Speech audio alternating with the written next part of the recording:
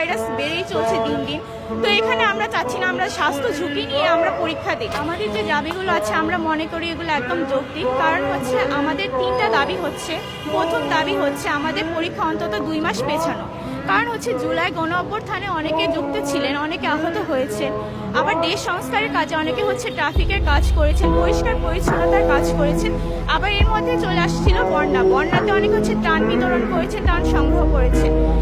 আর আমাদের 2 নম্বর দাবি হচ্ছে এমসিকিউ এবং সিকিউ মিলিয়ে আমাদের পাস নির্ধারণ করা।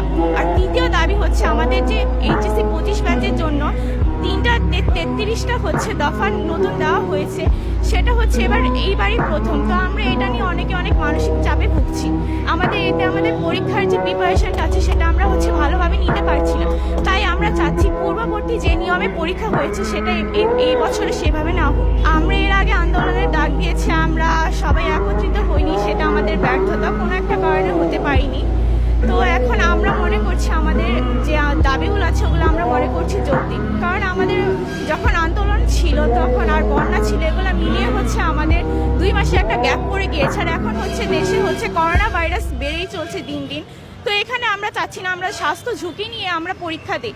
এখন আমরা যদি পরীক্ষা দিই, কোনো শিক্ষার্থী যদি আক্রান্ত হয় তাহলে তার পরীক্ষাটা হয়তো সেখানে থেমে যাবে। তো ওনার হয়তো 1 বছর গ্যাপ পড়ে যাবে, ওটার ক্ষতিপূরণ কে নিবে? এখন আমরা হচ্ছে শিক্ষা উপদেষ্টার কাছে প্রশ্ন রাখলাম যে আমাদের হচ্ছে জীবন আগে নাকি পরীক্ষা আগে। আমাদের এটি হচ্ছে যৌক্তিক, কারণ আমরা হচ্ছে একটা পিটিশন তৈরি করেছি যেটা অনলাইন প্ল্যাটফর্মে। তো ওইখানে হচ্ছে প্রায় 6,500 থেকে আরও বেশি শিক্ষার্থী সেটা পূরণ করেছে।